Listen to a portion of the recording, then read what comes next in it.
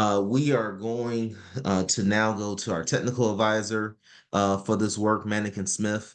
Mannequin Smith is a national firm that provides all kinds of technical assistance on engineering, project management, but also physical design and planning for projects such as this. And Erin Swatala is here for us. She's project manager at Mannequin Smith, has been working with us for the last almost 6 months or so, and has been present at some of the community events thus far. And Mannequin Smith is taking a lot of feedback from the community and putting it into their analysis on what projects are possible, feasible, and some ideas about what we should be thinking about going forward as well. And so making sure that we're bringing in experts that are getting experts' opinion from the lived experience of our Junction Coalition families and community members and stakeholders, and bringing their technical expertise to this. So Erin, thank you for being here today, and the floor is yours. Thanks, Jade. Happy to be here. Hi, everybody. I'm Erin Swatala, project manager for Mannequin Smith. Our team, along with our partners at EDGE, will be serving as a technical advisor for the Swan Creek Restoration and Resilience Planning Project. We've been engaged with this project since expressing interest in February of last year, and are excited to be working with Junction Coalition and Toledo Design Collective. Our principal, Sally Gladwell, serves as a board member of TDC and will continue to provide an important link between our team and the project partners. I'm sure you will see Sally around at upcoming events if you have not already met her. At Mannequin Smith Group, we have successfully designed a multitude of wetland and stream restoration projects, watershed planning projects, and stormwater design projects in Toledo and throughout Northwest Ohio. We also have experience leading community planning efforts and developing transformative community revitalization projects. We're very excited to be working in the Junction neighborhood to help identify projects that can improve your neighborhood, and more importantly, improve safety and livelihood for you, the residents of Junction. Next slide. The goal of the Swan Creek Restoration and Resilience Planning Projects is to create a resilience action plan that will identify and prioritize 10 nature-based resiliency projects that will then be ready for design and implementation with future funding. Today, I'm going to be talking a little bit about climate resiliency and existing conditions in Swan Creek, and then explaining the process our team is embarking upon to digest the existing data and distill key ideas from the prior planning efforts that have occurred, and build upon those themes, adding in new information from you, the community, during our engagement events and our hydrologic study that we'll be undertaking to finally identify the projects that will be most beneficial to the community. Next slide. As you can see on this image, the NIFWIF grant acts as the base to support the real work of impactful planning and design at higher levels that comes from the community's hard work and participation. The first step is community planning, where your input and concerns are received by the project team. This input is critical in guiding our work to identify risks and vulnerabilities and recommend actions and eventually specific projects that will help you and your community become more resilient in the future changing climate. So when we talk about climate resiliency, what do we really mean? Well, we are talking about ways to mitigate or buffer the effects of changing climate will have on you and your neighborhood. Next slide. Did you know that climate model forecasts an increase in temperature and rainfall, as well as increase in frequency of extreme events? This means a higher potential for more intense storms and increased flooding. One of the tools we've used to look at how climate may change in Junction is the Climate Risk and Resilience tool, which is projecting an increase in both temperature and rainfall for the Junction project area. Here, the graphics and data indicate an average maximum summer temperature increase of 5 degrees in the next 25 years and 10 degrees in the next 75 years. with winter maximum temperatures increasing similarly 3.5 and 10 degrees over the next 25 and 75 years, respectively. The average annual precipitation is also projected to increase by 3.5% in the next 10 years and increase between 6 and 16% by the end of the century, depending on which modeling scenario you're looking at. Next. Thinking about the temperature projections, we know that it will likely get hotter, but it's already hot in Junction. Through the Heat Watch Toledo urban mapping campaign and the Retree Toledo project, the city of Toledo has already recognized a heat disparity, with 2 of the census tracts within the Junction neighborhood ranking in the top 10 priority areas for severity of urban heat island effect and lack of tree canopy.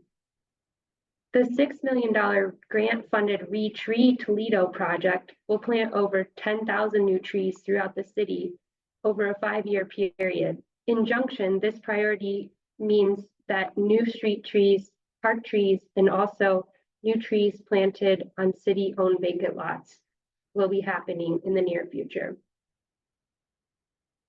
Increasing the tree canopy has multiple benefits, including cleaner air, reduced water runoff, and temperature cooling effects, as well as increasing equitable access to trees and nature. This is an example of the types of nature-based solutions for climate resiliency that we'll be looking at in more detail throughout this planning project. Next. Another topic we'll be diving into is flooding, as the Manikin-Smith Group will be undertaking a hydrologic analysis of Swan Creek and the surrounding neighborhood as part of our project scope. This map shows Swan Creek's FEMA-mapped floodplain that extends into the parks and some adjacent residential areas. We will be looking at ways to reduce flooding in the neighborhood by identifying problem areas, like where streets or basement flooding occurs, where infrastructure improvements or modifications may be needed. Blending green infrastructure such as bioretention or rain gardens with traditional gray infrastructure, the underground stormwater pipes, can help to slow stormwater on its way to Swan Creek. Slowing the water reduces peak flows and flooding. Because there are still areas within Junction that are served by combined sewers where sanitary wastewater and stormwater flow together, reducing the amount of stormwater entering the system can also keep the water in Swan Creek cleaner by reducing combined sewer overflow events when untreated wastewater enters the creek. Next.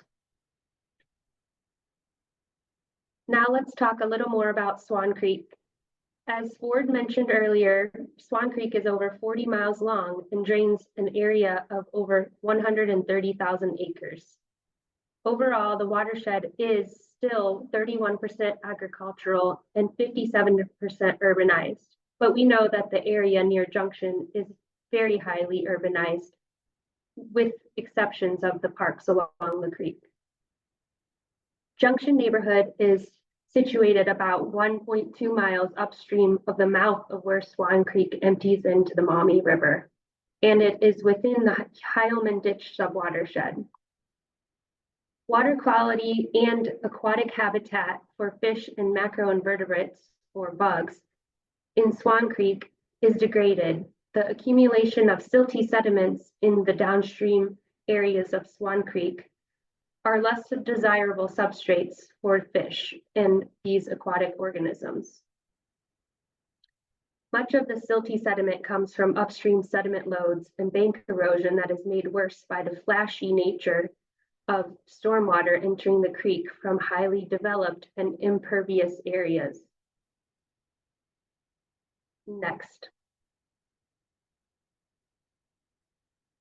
The legacy of urban and industrial runoff has negatively impacted Swan Creek and its tributaries due to the transport and accumulation of chemical contaminants. In fact, the presence of persistent and bioaccumulative contaminants such as mercury and PCBs have led to a fish consumption advisory that extends through over half of Swan Creek's length, from the mouth to River Mile 22. 5 fish species are included in the consumption advisory, with freshwater drum, northern pike, rock bass, and common carp recommended to be eaten only once a month, and yellow perch recommended to be eaten no more than once a week. Next. Even though there is definitely some room for improvements, Swan Creek is still a major asset to the Junction neighborhood, and with some planning, restoration, and improvements, including safe access to the creek, it can become a community anchor and a truly transformative place for residents to visit and interact with nature. Some of the suggested improvements may include capturing and slowing more stormwater runoff within the neighborhood to help reduce those flashy flows and combine sewer overflow events during intense storms, and creating more wetland habitat along Swan Creek to reduce flooding in the surrounding areas and help clean the water by filtering it. The NIFWIF grant-funded project focuses on creating resiliency and using nature-based solutions to reduce flooding. This could be things like rain gardens, bioretention areas, planting more trees to reduce urban heat island effects, and to uptake water. Many of these solutions can have other co-benefits, like creating green space and creating habitat for pollinators. Next. Now we're looking for your input and help as we work through the planning process to identify what types of projects will truly benefit the Junction community and improve resiliency. We will aim to build on the strength of existing efforts and plans, create a roadmap for community-based organizations, positioning them for successful project implementation. The strategic planning will also encompass ideas to improve the Junction neighborhood residents' lives and your resiliency to climate change. This could include looking at ways to reduce heat effects within homes, create storm-safe shelters, and making sure there are evacuation routes from flooded areas, pedestrian walks, as well as roadways. All of these recommended projects will have safety at the forefront, designed to be safe and to improve safety in the neighborhood and around Swan Creek. Thanks, Aaron. I want to bring in Tim from Edge. Hi, I am Tim Bachberger, landscape architect and principal with the Edge Group. We will be working alongside the Madigan Smith Group to design and develop site solutions and design concepts that allow people to engage with these natural areas and the surrounding the Swan Creek Restoration and Resiliency Project. If you go to the next slide. Edge has been working alongside the City of Toledo and Toledo Metro Parks on various projects along the Maumee River and Swan Creek, including the Glass City Riverwalk here in phase 1, which is currently under construction, as well as Glass City Riverwalk phase 2, which is in the Vestula neighborhood that we're just getting started on final designing currently. These projects are really both focused on allowing people to have better access and interaction and engagement with the river and developing these activated spaces while enhancing the sustainability of these important river edge elements. If you go to the next slide. We have also been involved in a really large corridor project in central Ohio called the Rapid 5 project, which is also about engaging with river corridors throughout this county and a number of rivers and water bodies within the Rapid 5 Big Walnut Creek area. If you go ahead to the next slide. At Edge, we like to work to explore the boundless potential of all landscapes, working to integrate and improve the landscape within these natural environments, allowing people to engage with these natural resources and assets. And as with all projects, safety is at the forefront of our mind in design thinking, and we really recognize the CPTED principles, and CPTED stands for crime prevention through environmental design. And these pillars we take to heart and try to design our plans and elements that promote a safe environment.